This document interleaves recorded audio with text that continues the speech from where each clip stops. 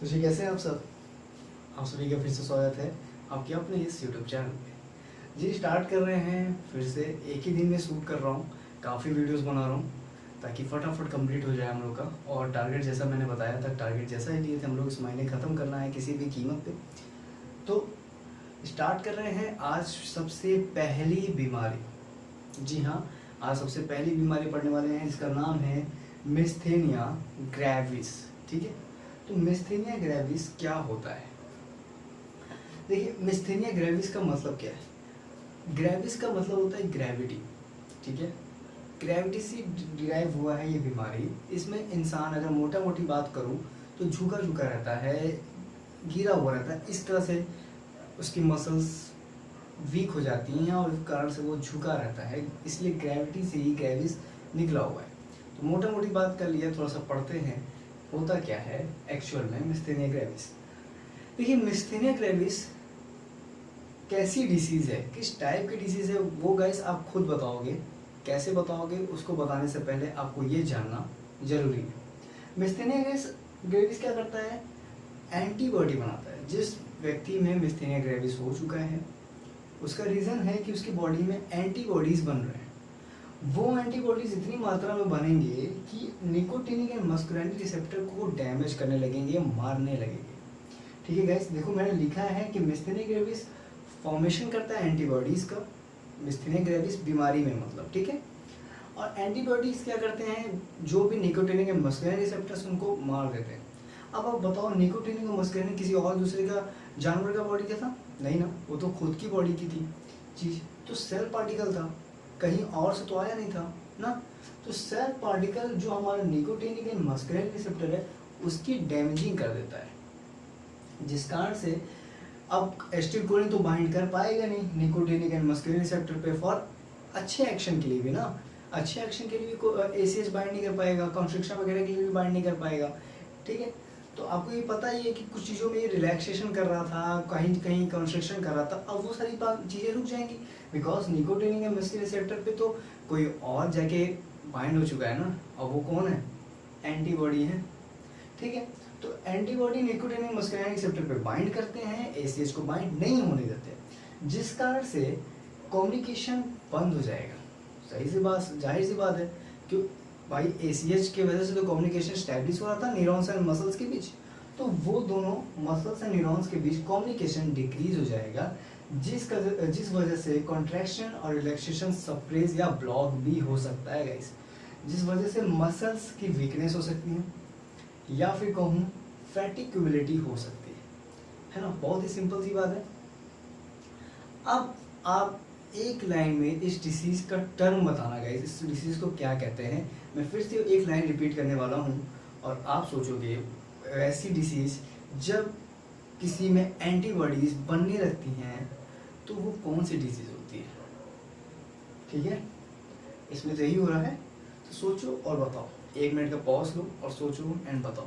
कोलॉजी में गाइस जितना आपका दिमाग सोच पाएगा ना उतना आप पढ़ पाओगे। अब ये सोचो कि एक एक लाइन पढ़ने के बाद आप अपना दिमाग लगाओगे, तो ये कोई बात नहीं है, क्योंकि ये बहुत ही कॉन्सेप्चुअल सब्जेक्ट है।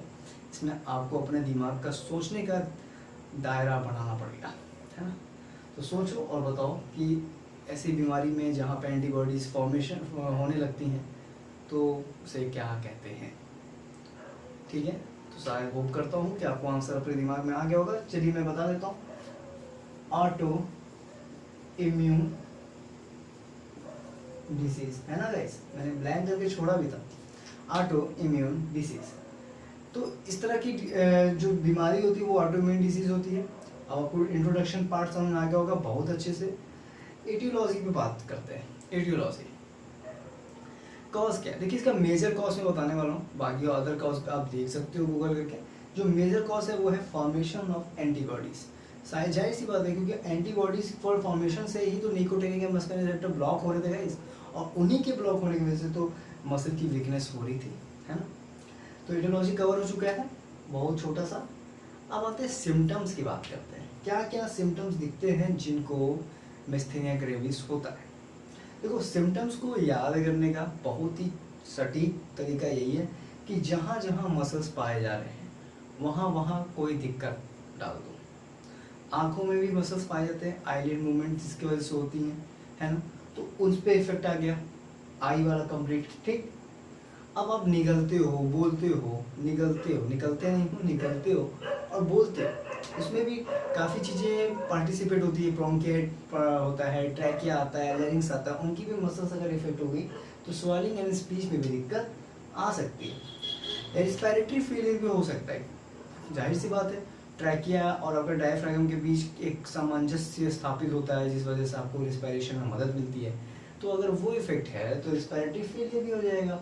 ठीक है, डायफ्रागम बोलो या डायफ्राम बोलो, जो भी आप कह लो। ठीक है, अब आखिरी आता है ग्रेविस। ग्रेविस का मतलब होता है ग्रेविटी, जैसा मैंने आपको स्टार्टिंग में बताया। ग्रेविटी का मतलब इंसान झुका रहेगा। ठीक है, ये देखो इंसान को मैंने गिरा दिया है, गिरा हुआ इंसान है, तो मिस्थेनिया ग्रेविस।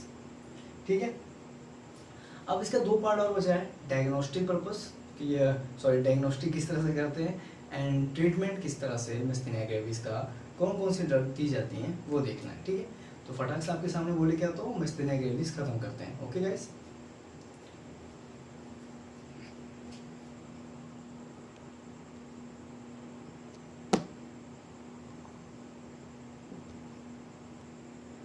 सो मिस्थेनिया ग्रेविस में बचा हुआ पार्ट डायग्नोस्टिक टेस्ट था। डायग्नोस्टिक टेस्ट एंड ट्रीटमेंट, चलिए पहचानते हैं। सबसे इम्पॉर्टेंट बता रहा हूँ, ये सबसे इम्पॉर्टेंट क्वेश्चन बनता है हमारे जीपैट पर्पज से। तो डायग्नोस्टिक टेस्ट, किस तरह का डायग्नोसिस टेस्ट यहाँ पे यूज़ करेंगे? सबसे पहला है प्रोएक्टिव टेस्ट, जिसमें आप डी ट्यूबरक्यूलिन आईवी ड्रग लोगे, आईवी इंजेक्शन फॉर्म में। ठीक है, सो आपको बस यहाँ पे ये याद रखना है प्रोएक्टिव टेस्ट कौन सा टेस्ट यूज़ हो रहा है और उसमें कौन सा ड्रग यूज़ किया जा रहा है, बस इतना ही याद रखना है। ठीक है, दूसरा है एमिलोरेटिव टेस्ट, इसमें यूज होता है एंडोफोनियम आईवी। तो यहाँ पे कॉमन सी डिग्री दोनों में आईवी फॉर्म में यूज किया जा रहा है, बस आपको प्रोवेक्टिव और एमिलोरेटिव याद रखना है। 2-3 बार देखोगे याद हो जाएगा। ऑप्शनल आने वाले हैं यार, आपसे बार बार थोड़ी ना पूछा जाएगा जीपैट में, तो आपके दिमाग में कुछ एक इमेज बन जाती है। ठीक है, प्रोवेक्टिव टेस्ट एंड एमिलोरेटिव टेस्ट। तो प्रोवेक्टिव टेस्ट में कौन सा यूज हो रहा है गाइस? डी ट्यूबरक्यूलिन, और एमिलोरेटिव में एंडोफोनियम आईवी। ठीक है, अब आ जाते हैं ट्रीटमेंट पे। ट्रीटमेंट में देखो इसमें कुछ तो याद ही नहीं करना है, क्योंकि हम काफ़ी चीज़ें इसमें से पढ़ चुके हैं और कुछ चीज़ें नहीं पढ़े हैं जो आगे जाके पढ़नी है। ठीक है, तो ट्रीटमेंट में सबसे पहली जो ड्रग आती है वो है एंटीकोलिनेस्टेरेज। गाइस इसका मतलब समझो, एंटीकोलिनेस्टेरेज क्यों दे रहे हैं? एंटीकोलिनेस्टेरेज कौन सा एंजाइम है, जरा गाइस बता सकते हो? वही एंजाइम है कोलेस्ट्रेज, वही एंजाइम है जो ACH को मारता है। तो अगर हम एंटी कोलेस्ट्रेज दे देंगे तो वो ACH को मार ही नहीं पाएगा, वो एंजाइम ही कवर हो जाएगा। याद है मैंने कहानी बताई थी, वो गोली और वो बंदे वाली, अपनी गर्लफ्रेंड बचाने वाली। हाँ, तो एंटी कोलेस्ट्रेज में ड्रग है पाइरोस्टिग्मिन एंड नियोस्टिग्मिन, जिसमें से नियोस्टिग्मिन मोस्ट इंपॉर्टेंट है।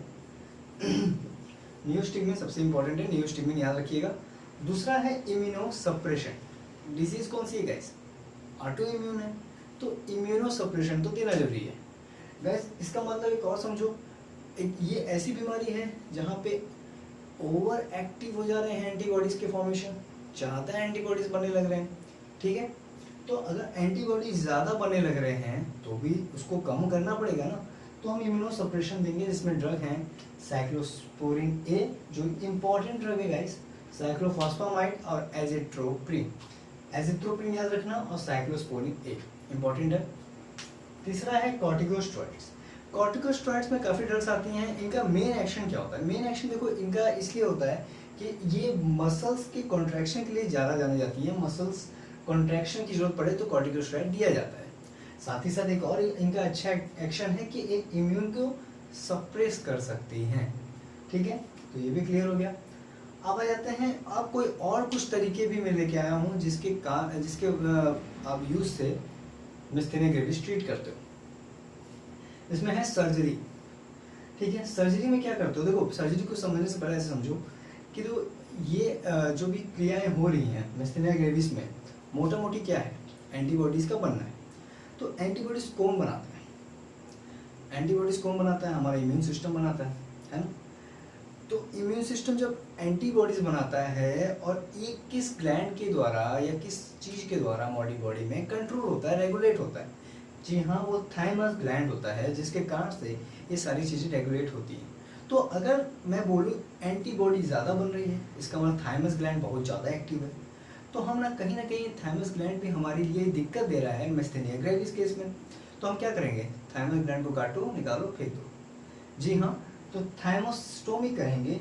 ओवर एक्टिव थाइमस ग्लैंड के कारण साइज उसका बढ़ जाता है, जिसको हम काट के निकाल देंगे सर्जरी के थ्रू, और ये हो गया थाइमोस्टोमी सर्जरी। आगे एक और पॉइंट है प्लाज्मा एक्सचेंज। ठीक है गाइस, प्लाज्मा एक्सचेंज। अगर ये सारे तरीके फेल हो चुके हैं, इंसान मरने के कगार पे आ गया, उसकी बॉडी एकदम समझ लो स्टिफ हो गई है, कड़क हो गई है, ना कॉन्ट्रैक्शन आ रहा है ना रिलैक्सेशन आ रहा है, that the case of life threatening condition, so the plasma exchange can be useful. इसमें क्या करना होगा, इसमें आपको बस जानते हो, क्योंकि जिस ब्लड में एंटीबॉडीज बन चुकी हैं, अब उसमें से एंटीबॉडी छान के तो लोग नहीं सकते ना, निकाल सकते नहीं, तो आप नए ब्लड को चढ़ा दो। ठीक है, एंटीबॉडीज फिर से अपनी बनेंगी, जो भी होगा।